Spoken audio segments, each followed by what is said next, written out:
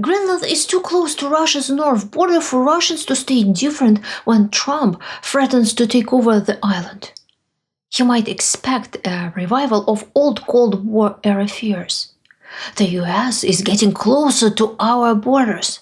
They are going to attack us. But that's not what's really happening. Surprisingly, the old rivalry with the US is all but forgotten as the Kremlin and much of the crowd cheer for Trump. Why are they doing this? Not because they suddenly love America. They grab an opportunity to push their own agenda or simply join their course. I'm Elvira Bary, and today I want to show you how this Greenland drama is being seen inside Russia by officials, by the warmonger crowd, by the opposition, and by regular people, who mostly treat it like a meme. Here's our roadmap. Useful guess why the Kremlin is cheering for Trump. Warmonger Chorus, what Z-patriots make of the possible takeover. A voice of conscience. What similarities the Russian opposition sees between Putin's and Trump's methods. Kitchen table bets. How ordinary Russians are betting on the takeover. If you want to keep conversations like this going, subscribe, like, share, or join my think tank. Or support via PayPal or Super Thanks. You can also give this video free high points so more people will see it. Useful cares. On the surface, it looks like the Kremlin is enjoying the mess. On January 19, Dmitry Peskov publicly leaned into the idea that Trump would go down in world history if he resolved the Greenland question. Not good or bad, not legal or illegal, just history. Like it's a sports record. That's a signal. We are not here to shame you. We're here to watch you break Europe. And Europe is the real prize in this story. For Moscow, Greenland is useful mainly as a wedge. The more the US bullies Denmark and the EU, the more NATO looks like a family dinner where everyone is smiling with their teeth clenched. Russian commentators and state-friendly media are openly savoring that discomfort. Kirill Dmitriev, Putin's envoy who shows up around sensitive talks, wrote that the collapse of the transatlantic union is finally something worth discussing in Davos. That line is basically Moscow's dream caption under a photo of NATO leaders looking exhausted. Then you have Dmitry Medvedev, who plays the role of the loud drunk uncle on purpose. He's stress-testing the popular mood. He posted on social media that MAGA equals make Denmark small again, equals make Europe poor again. And that gave the domestic audience permission to laugh at Europe's weakness. Medvedev also joked that Trump should hurry up because Greenland might suddenly hold a referendum to join Russia and become Russia's 19th region. This is classic Kremlin humor. Take a scary real-world annexation threat, flip it into a parody, and remind everyone that borders are just clay if you have power. But here's the part many observers miss. Russia is also uneasy. On January 20, Sergei Lavrov said Greenland is not a natural part of Denmark, framing it as a colonial problem becoming more acute. That's a very specific kind of language. It's not America is wrong. It's Denmark is historically questionable. This is Moscow's favorite move. Weaken the moral standing of the other side without endorsing the grab outright. At the same time, Russia's foreign ministry pushed back on the constant Western line that Russia and China are a threat to Greenland.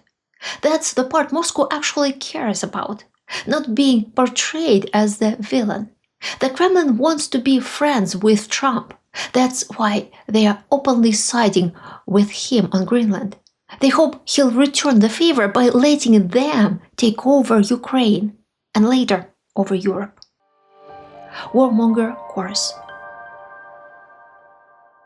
What about the loudest self-proclaimed patriots of Russia, the Z crowd, avid supporters of Putin's war in Ukraine? Maybe they see the US stepping up to Russia's borders as a threat? That would have been logical, but this crowd doesn't really do logics. They look at Trump threatening allies, tossing tariffs around and talking like NATO is optional, and they hear music. They enjoy the division in the enemy camp and Europe's humiliation. Telegram channels like Bary frame Greenland as another example of Western hypocrisy and weakness with the same familiar rhyme. They lecture everyone, and then they do land grabs when it's convenient. It tells the fellow Russians, the rules were fake anyway, so stop feeling guilty about Ukraine. Warmonger plays a similar tune, presenting the standoff as Trump forcing a choice between Greenland and NATO itself. The message lands with their audience because it turns the whole thing into a dominance contest. Who blinks first? This is also where the memes breed. Medvedev's 19th region joke did not stay inside elite circles. It's perfect meme fuel. Quick, shameless, and built on a dark truth everybody recognizes. Now, George, you might expect the Moscow Patriarch to jump with some moral language about peace or sovereignty or traditional values, but in this Greenland wave, the loud religious voice just is not there in public. The story is being dominated by officials, propagandists, and political commentators, not clerics. And that absence matters, because it leaves the emotional framing to the state and the warmonger telegram culture. Power is normal, bullying is funny, and Christian values are just a costume people wear until they need a knife. Voice of conscience. When Trump talks about taking Greenland, it's the Russian opposition voices who don't cheer. They don't even sound surprised. They sound tired. Like, yes, this is the direction. Welcome to the club. Maxim Katz framed it as a bigger pattern of the second Trump term, a politics of raw leverage, where allies get squeezed the same way enemies do. He points out that the methods used by Trump and Putin have much in common. You bluff, you threaten, you test the room, and you only stop when you meet real resistance. Alexander Plyushev's channel and the broader liberal media bubble around it, leaned into the same fear, but from another angle. If Greenland becomes a stage for tariff blackmail and military signaling, Europe will get dragged into a crisis that has nothing to do with Ukraine, and Moscow will happily watch the destruction. There's also a second opposition motive. They want to expose the Kremlin's hypocrisy in real time.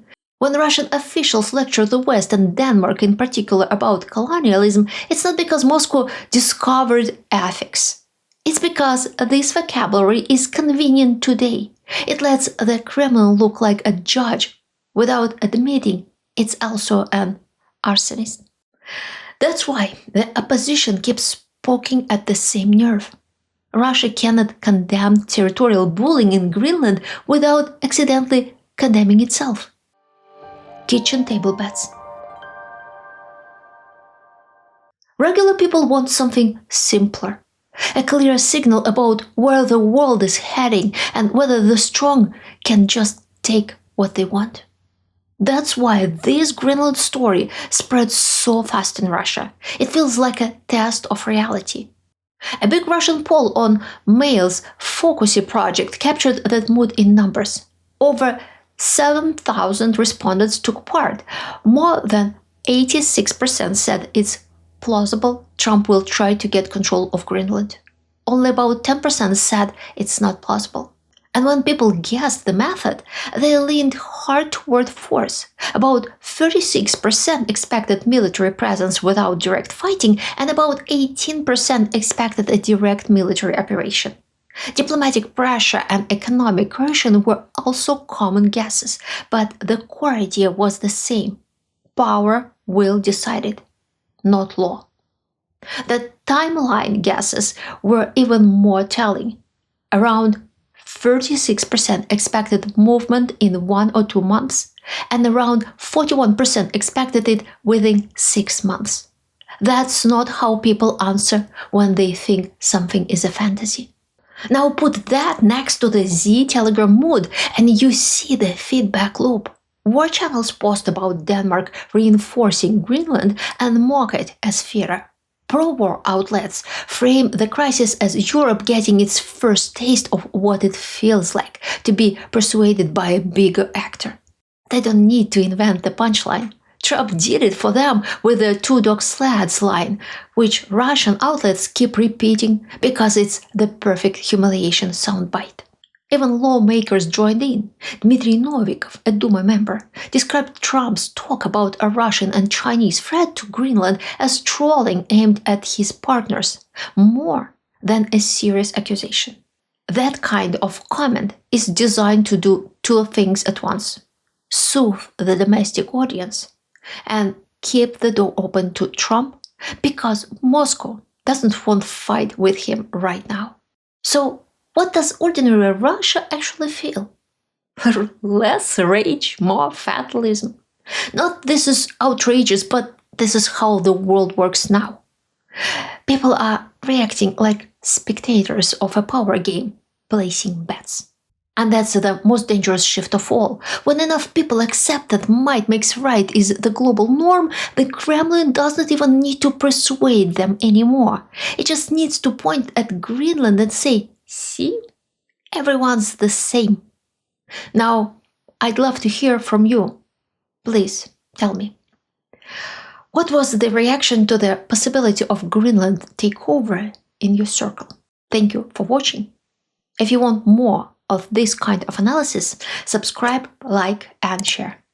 And if you'd like to support the channel, you can join my think tank, use PayPal or Super Thanks, or click the hype button.